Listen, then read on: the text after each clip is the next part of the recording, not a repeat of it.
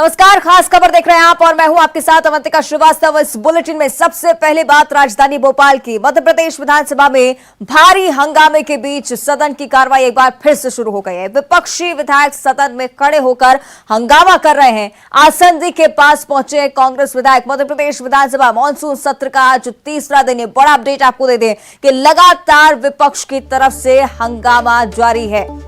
तो भारी हंगामे के बीच कार्रवाई लगातार जारी है। सदन में खड़े होकर कांग्रेस के विधायक हंगामा कर रहे हैं। आसंदी के पास पहुंच गए हैं कांग्रेस के विधायक।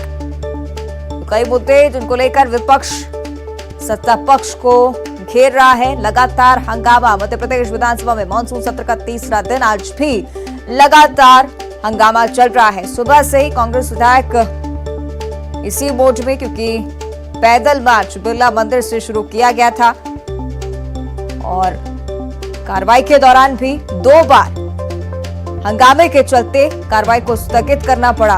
एक बार फिर से भारी हंगामे के बीच विधानसभा की कार्रवाई शुरू हुई है। हालांकि कांग्रेस विधायक आसंदी के पास जा पहुंचे हैं। अनुपूरक बजट पर भी आज चर्चा होनी थी, लेकिन इतने हंगामे के बीच क्या कुछ होना होगा आप अंदाजा लगा सकते हैं। आसंदी के पास कांग्रेस विधायक मौजूद हैं। विपक्ष की तरफ से लगातार हंगामा किया जा रहा है।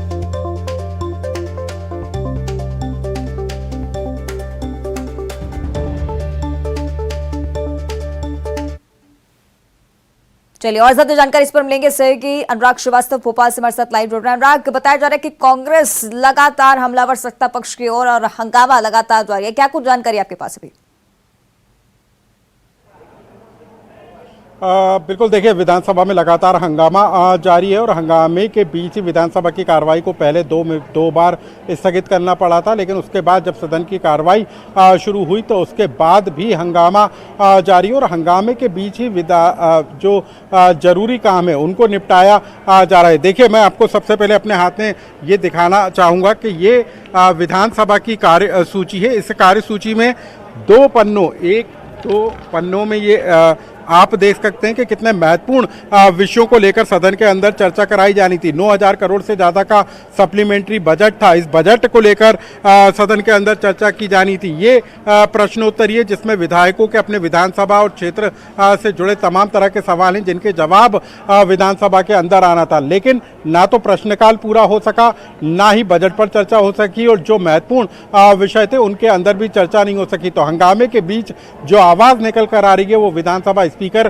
की तरफ से निकल कर आ रही है कि हाँ की जीत हुई, हाँ की जीत हुई। यानी कि जो विषय जिनको विषयों को चर्चा के बाद सदन के अंदर मंजूरी दी जानी चाहिए थी, जिस पर सार्थक बहस होनी थी, वो बहस पूरी नहीं हो पाई और हंगामे के बीच ही चंद मिनटों में सदन की कार्रवाई को पूरा किया जा रहा है। सप्लीमेंट्री बजट को मंजूरी दे दी गई है। जो संशोधन विधेयक थे उनको पूरा कर लिया गया है और जो कई जनहित से जुड़े मुद्दे थे वो कहीं ना कहीं पीछे छूटते हुए नजर आ रहे हैं। तो सदन अब ज़्यादा समय तक चलेगा ऐसा दिख रहा मुमकिन नहीं दिखाई दे रहा है। लगातार हंगामा जारी है। विपक्ष के सदस्य बेल में पहुंचकर लगातार नारेबाजी कर रहे हैं, हंगामा कर रहे हैं और जो विपक्ष जो सत्ता पक्ष के हैं, जो मंत्री हैं, जिनके विभाग से जुड़े विषय हैं, उनको सदन के अंदर पढ़ने का काम कर रहे हैं और उसको लगातार मंजूरी मिलती जा रही है। तो बहस, सार्थक बहस के बाद जिस विषय को मंजूरी मिलना चाहिए वो सिर्फ चंद मिनटों की कार्रवाई में हंगामे के बीच उस कार्रवाई को पूरा किया जा रहा है। तो अंदाजा लगाया जा सकता है कि जनहित से जुड़े हुए मुद्दे एक बार फिर विधानसभा में हंगामे की भेंट चढ़ते हुए नजर आ रहे हैं। चलिए, बहुत बहुत धन्यवाद आपका अनुराग इस पूरी जानकारी के लिए। और आगे बढ़ते अब रुक करेंगे जबलपुर की ओर। चोरी की बिजली से बिजली अधिकारियों के बंगलों को रोशन करने का मामला सामने आया है। गोरखपुर थाने में इस पूरे मामले पर शिकायत दर्ज की गई है और मामले में जबलपुर एसपी ने जांच के आदेश दे दिए हैं। बिजली विभाग के साथ मिलकर जांच की जाएगी, एसपी की तरफ से कहा गया है। कल कांग्रेस के पदाधिकारियों ने खुलासा किया था। नया गांव में बिजली विभाग के आला अधिकारियों के सरकारी बंगलों पर दबिश दी गई थी। ऑन द स्पॉट बिजली चोरी पकड़ी गई थी। इस पूरे मामले में कार्रवाई होगी, एसपी की तरफ से आश्वासन दिया जा चुका है। लाल पीली जो लाइट है ना, ये साहब के बंगले की है। इससे जॉइंट होके ये देखिए रोड क्रॉस करके सीधे उनके घर के अंदर वो जा रही थी। ये देखिए, और ये जो पूरी स्ट्रीट लाइट है, इस स्ट्रीट लाइट का बिल नगर निगम देता है। उससे इनने अपने घर की लाइन कनेक्ट करके हजार वॉट के कम से कम 20 हैलोजन इनके यहाँ प्रतिदिन जलते हैं, जिससे ये स्ट्रीट लाइट जल रही है। उससे ये लाल पीली जो लाइट है ना, ये साहब के बंगले की है, इससे जॉइंट होके ये देखिए रोड क्रॉस करके सीधे उनके घर के अंदर वो जा रही थी, ये देखिए। और ये जो पूरी स्ट्रीट लाइट है, इस स्ट्रीट लाइट का बिल नगर निगम देता है, उससे इनने अपने घर की लाइन कनेक्ट करके। और अफसरों की बिजली चोरी का यह मामला विधानसभा में भी जा पहुंचा है। कांग्रेस विधायक संजय यादव विधानसभा में ये मुद्दा उठाने वाले हैं। हालांकि फिलहाल तो हंगामा लगातार विधानसभा में हो रहा है। हालांकि देखना होगा किस तरह से इस मामले पर चर्चा होती है, लेकिन दस्तावेजों के साथ आज विधानसभा पहुंचे संजय यादव और उनका बयान भी सामने आया है। बिजली विभाग के अधिकांश अफसर बिजली चोरीकरण की तरफ से कहा गया कि विधानसभा में मेरी तरफ से मामला उठाया जाएगा, सत्ता पक्ष घोटाले की बात नहीं सुनना चाहता। कांग्रेस विधायक संजय यादव ने यह भी कहा कि हम लगातार घोटाले उजागर कर रहे हैं, लेकिन सत्ता पक्ष सुनने को तैयार नहीं है, इसलिए सदन में आवाज बुलंद करनी पड़ रही है।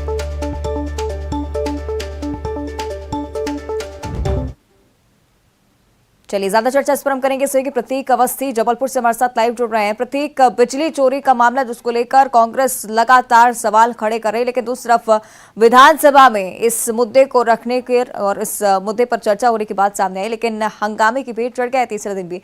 कैसे इस पर बात हो पाएगी? जी हाँ, देखिए बिल्कुल विधानसभा की जहां कार्रवाई हंगामेदार है, इस बीच कल देर शाम जबलपुर से सामने आई एक तस्वीर ने न केवल बिजली महकमे को बल्कि विपक्ष को भी एक मुद्दा तो दे ही दिया है। और बिजली महकमे हड़कंप सा है, क्योंकि बड़े बड़े पदों पर बैठे सीएमडी और एमडी स्तर के जो अधिकारी हैं, उनके बंगले चोरी की बिजली से रोशन पाए गए थे। और बेहद बड़ा ये मामला कांग्रेस ने इसे उजागर किया था और ऑन द स्पॉट पहुंचकर पूरा उसका विवरण दिया था कि कैसे एक स्विच ऑन करने पर स्ट्रीट लाइट ऑन होती है तो बिजली के खंभे से जो तार निकले हैं वो बंगलों पर जा रहे हैं और बंगले भी रोशन हो रहे थे। और जैसे ही स्विच को बंद किया जा रहा था तो बंगलों की लाइट भी जा रही थी और प्रत्यक्ष रूप से सामने देखा। इस पूरे मामले को लेकर के गोरखपुर थाने में शिकायत की गई है और एसपी जो है सिद्धार्थ बहुगुणा, उन्होंने इस पूरे मामले की जांच के आदेश दिए हैं और बिजली विभाग के अधिकारियों के साथ मिलकर, यानी जो जानकार हैं तकनीकी तौर पर, उनके साथ मिलकर इस पूरे मामले की जांच गंभीरता के साथ की जाएगी।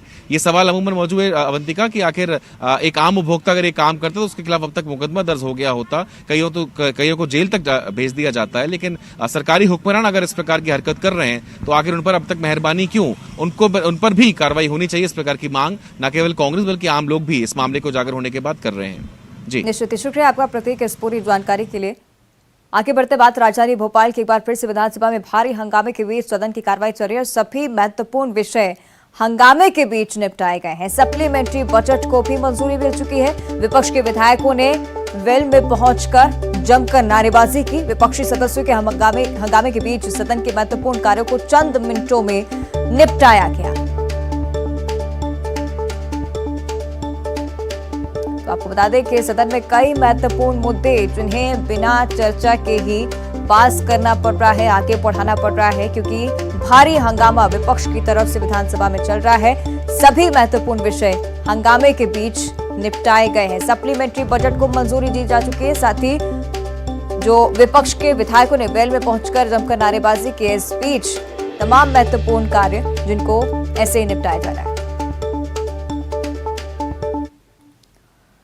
आगे बढ़ते हैं, अब रुक करेंगे छत्तीसगढ़ की ओर। रायगढ़ से बड़ी खबर सामने आ रही। धर्मजयगढ़ के दौरे पर सीएम भूपेश बघेल पहुंचे। ब्लॉक स्तर के अधिकारियों के साथ समीक्षा बैठक उन्होंने की। मुख्यमंत्री भूपेश बघेल योजनाओं की समीक्षा कर रहे हैं। जन सरोकार से जुड़ी तमाम ऐसे विषय जिन पर लगातार चर्चा चल रही है और इन योजनाओं में तेजी लाने के निर्देश भी सीएम भूपेश बघेल की तरफ से जारी हुए हैं। आंगनबाड़ी के भवन के लिए भूमि का चयन करने के निर्देश दिए गए हैं। हाथियों से होने वाले हमलों को रोकने के लिए भी निर्देशित किया गया है। जागरूकता के साथ साथ लोगों को अलर्ट करने के लिए भी निर्देश दिए हैं। और आगे बढ़ते हैं, बात करेंगे दुर्ग की, जहां पर दुर्ग रायपुर नाका अंडरब्रिज लोकार्पण का मामला सामने आया। आक्रोशित लोगों ने पुलिस की बैरिकेडिंग तोड़ दी है। पुलिस ने जमकर लाठी डंडे चलाए हैं। पुलिस और लोगों के बीच झड़प की सूचना भी है। अंडरब्रिज चालू नहीं होने से लोगों में भारी आक्रोश है। खुद से उद्घाटन करने पहुंचे थे स्थानीय निवासी और प्रशासन को 15 सितंबर तक का अल्टीमेटम दिया गया था। लगातार स्थानीय लोगों में आक्रोश बढ़ता जा रहा है। इस बीच पुलिस से भी झड़प हुई। पुलिस ने बल प्रयोग भी किया। आपको बता दें कि जनता की तरफ से 15 सितंबर तक का अल्टीमेटम था और खुद ही उद्घाटन करने पहुंचे थे। देखिए तस्वीरें दुर्ग से सामने आई। देखिए किस तरह से पुलिस और स्थानीय लोगों के बीच झड़प हुई। पूरा मामला अंडरब्रिज चालू करने पर था, जिसमें देरी हो रही थी और स्थानीय इस देरी से काफी परेशान हो रहे थे। इस बीच स्थानीय निवासी खुद ही अंडरब्रिज का उद्घाटन करने पहुंच गए और इस बीच जब पुलिस ने उन्हें रोकने की कोशिश की तो किस तरह से हंगामा हुआ, बवाल हुआ। देखिए पुलिस को बल प्रयोग करना पड़ा। एक्सक्लूसिव तस्वीरें न्यूज़ 18 आप तक पहुंचा रहा है। खुद से ही उद्घाटन करने स्थानीय निवासी पहुंचे थे। पुलिस की बैरिकेडिंग तोड़ी, लेकिन पुलिस को भी बल प्रयोग करना पड़ा।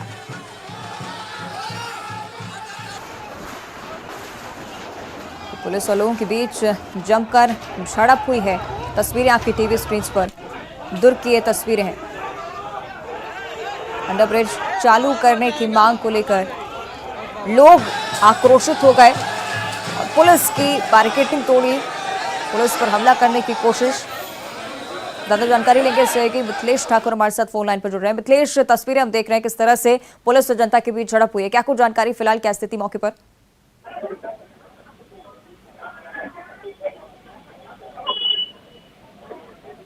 मिथिलेश, आप सुन पा रहे हैं मुझे?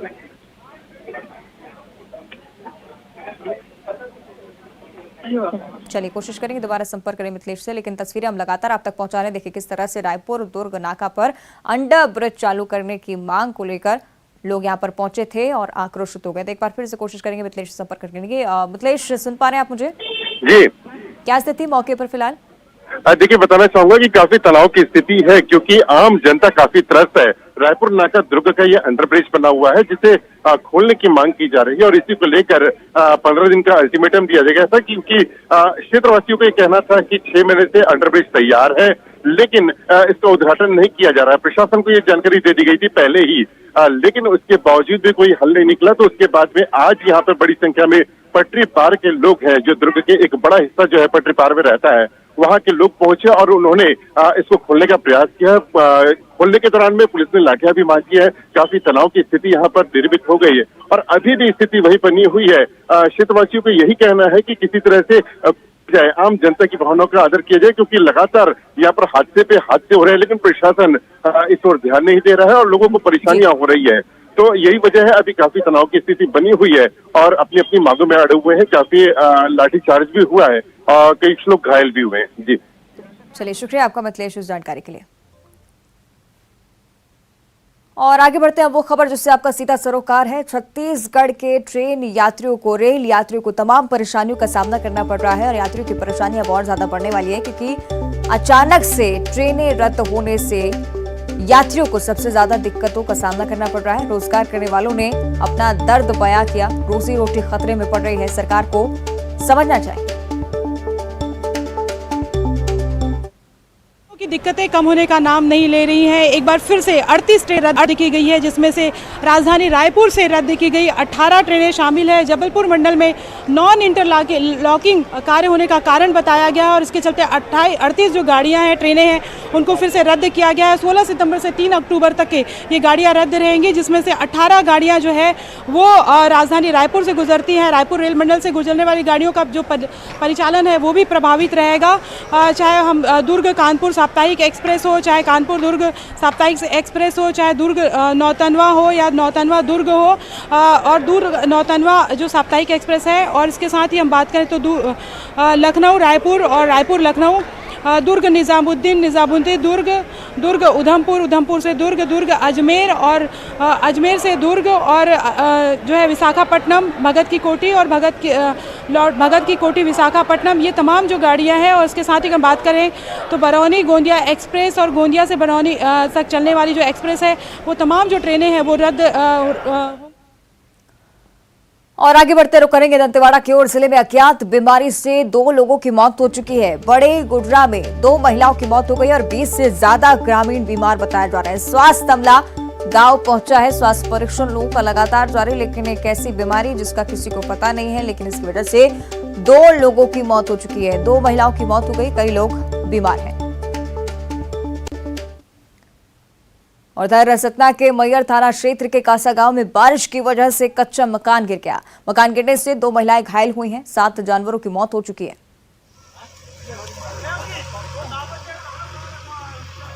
इस घटना की तस्वीरें देखिए किस तरह से मकान गिर गया बारिश की वजह से। इस बीच 2 महिलाएं बुरी तरह से घायल हुई हैं। उधर शिवपुरी के बदरवास क्षेत्र के बरखेड़ा खुर्द गांव में अमृत सरोवर योजना के तहत 48 लाख रुपए की लागत से बनाया जा रहा तालाब फूट गया। कोलारस विधायक ने मई 2022 में इस तालाब का भूमि पूजन किया था, लेकिन तालाब के फूटने से काम की गुणवत्ता की कलई खुलती नजर आ रही है।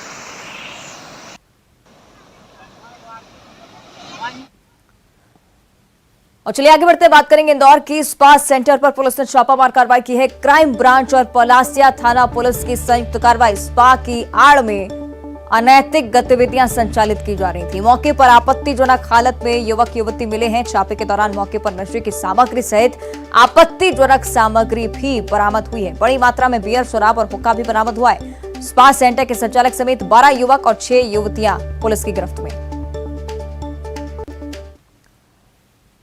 ये समय पितृपक्ष का चल रहा है, वो पक्ष जिसमें मनुष्य अपने पूर्वजों को याद करते हैं और उनकी तृप्ति के लिए तर्पण और श्राद्ध आदि कर्म करते हैं। मान्यता ये भी है कि श्राद्ध कर्म में कौवा का काफी महत्व होता है, लेकिन ये पक्षी अब खोजे भी नहीं मिलते हैं। और ऐसे समय में हम आपको ले चलते हैं रायपुर के एक ऐसे स्थान पर जहां आप बुलाइए और कौवा चला आता है।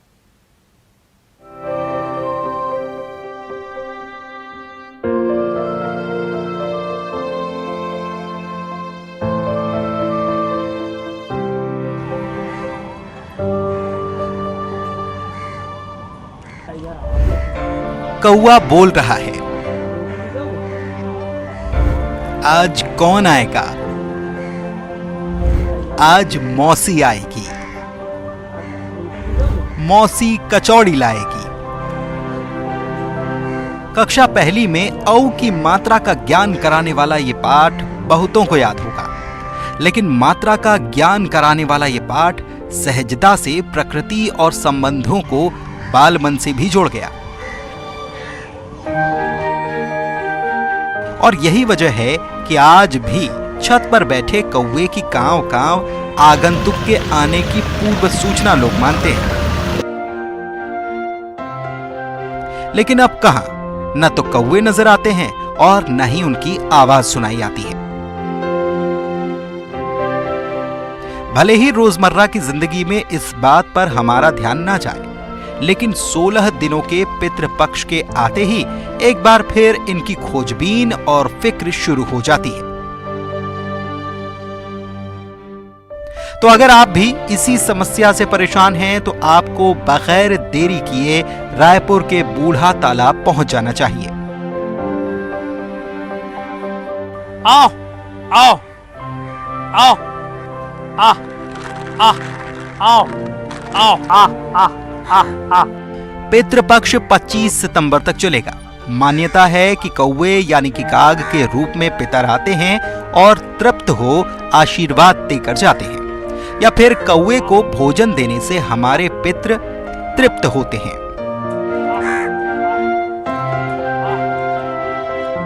यहीं पे दिखते हैं, यहाँ पे पिता पत्र के कारण ऐसे होता है, बस और कोई कारण नहीं। मुझे पक्षियों से बहुत प्यार है। ये राम जी का आशीष है जयंत को। जयंत जो इंद्र के पुत्र हैं, उन्होंने कौवे का रूप धारण करके जब चोंच से प्रहार किया माता के, सीता माता के पैरों में, तो भगवान ने उसे तिनके का प्रहार किया और जिससे उसकी आँख फूट गई। फिर उसने भगवान राम की स्तुति की जयंत ने, और जिससे भगवान प्रसन्न होकर भगवान ने वो आशीष दिया है कि तुम्हारे भोजन कराने से संसार के सारे पितर तृप्त होंगे। इसलिए लोग अपने पितरों के रूप में कौवे को देखते हैं और ये मान लेते हैं कि हमने कौवों को भोजन कराया तो पितरों को भोजन हो गया। कौवे आज दुर्लभ हो चुके हैं। कोई कहता है ये शिफ्ट हो गए, कोई इन्हें विलुप्त बताता है। लेकिन पितृपक्ष आते ही हमें कौवा फिर याद आता है, पर हम भूल जाते हैं कि आगंतुक के आने की खबर भी तो यही लाता है। ऐसे में बस यही अपील कि कौवों को भोजन कराने के लिए बूढ़ा तालाब बेशक जाएं, लेकिन ऐसी व्यवस्था भी बनाएं कि कौवे आपकी छत तक भी आएं। आज भी जो कौवा है वो हमारे रायपुर में है और पितृपक्ष में इस कौवे को बिल्कुल आकर के आप खिला सकते हैं। और आप देख सकते हैं कि यहाँ जब भी आप बुलाएंगे कौवे को, जब भी आप कुछ खिलाना चाहे तो ये यहाँ पर आएंगे और बाकायदा वो खाते हैं और हाथ से भी खाते हैं। बस ये है कि आप इन्हें डराएं नहीं, आप इन्हें किसी तरह से तंग ना करें। तो ये कह सकते हैं कि ये जो पूरा जो कौवा है, और अभी चूँकि पितृपक्ष चल रहा है तो ऐसे में कौवे का अपना अलग ही महत्व है। ये माना जाता है कि हमारे पूर्वज बनकर ये आते हैं और इन्हीं कौवों को हम अपने पूर्वज समझकर पितृपक्ष में श्राद्ध के समय, श्राद्ध पक्ष के समय उन्हें दाना पानी देकर खिलाते हैं। कैमरा पर्सन इमरान कुरैशी के साथ युगल तिवारी, न्यूज़ 18 रायपुर। और चलिए इस बीच एक बड़ी खबर भोपाल से आपको बता दें, विधानसभा की कार्रवाई अनिश्चितकाल के लिए स्थगित कर दी गई है। मॉनसून सत्र समाप्त हो चुका है। 17 सितंबर तक ये सत्र चलना था, लेकिन समय से पहले ही कार्रवाई स्थगित कर दी गई है। अनिश्चितकाल के लिए लगातार हंगामा विपक्ष की तरफ से किया जा रहा था। कई ऐसे महत्वपूर्ण मुद्दे जिन पर चर्चा होना संभव नहीं था। इस बीच हंगामे के भेंट चढ़ गया। मॉनसून सत्र कह सकते हैं 3 दिनों की ये कार्रवाई चली, लेकिन लगातार हंगामे की वजह से किसी भी विषय पर ठीक तरह से चर्चा नहीं हो पाई। तो बड़ी खबर आपको बता दें, अनिश्चितकाल के लिए विधानसभा की कार्रवाई स्थगित कर दी गई है। 5 दिनों का मॉनसून सत्र था, 17 सितंबर तक चलना था, लेकिन हंगामे की वजह से कार्रवाई अनिश्चितकाल के लिए स्थगित। बड़ी खबर आपको बता रहे हैं, मध्य प्रदेश विधानसभा की कार्रवाई अनिश्चितकाल के लिए स्थगित कर दी गई है। 17 सितंबर तक ये सत्र चलना था, लेकिन इस बीच भारी हंगामा हुआ और कार्रवाई को अनिश्चितकाल के लिए स्थगित करना पड़ा। पूरी अवधि पूरी नहीं हो पाई। ज्यादा जानकारी लेंगे सहयोगी अनुराग हमारे साथ फोन लाइन पर जुड़ रहे हैं। अनुराग, लगातार इस बात की चर्चा हो रही थी कि विपक्ष की तरफ से लगातार हंगामा किया जा रहा है, इस बीच कार्रवाई स्थगित करनी पड़ी।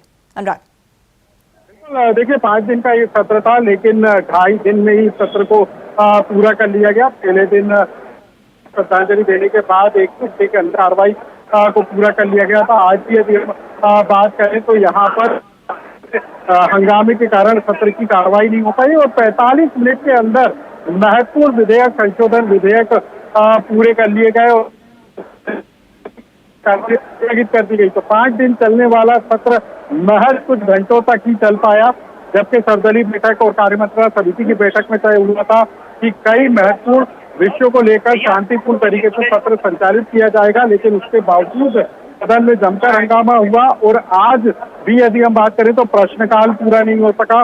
प्रश्नकाल के दौरान 2 बार हंगामा की कार्रवाई को स्थगित करना पड़ा, उसके बाद भी हंगामा जारी रहा और कई के इतना हंगामा हुआ कि कई विषय ऐसे जो कि चर्चा से छूट गए। शुक्रिया आपका अनुराग इस पूरी जानकारी के लिए। और इसी के साथ खास खबर में फिलहाल इतना ही। आप देखते रहिए न्यूज़ 18।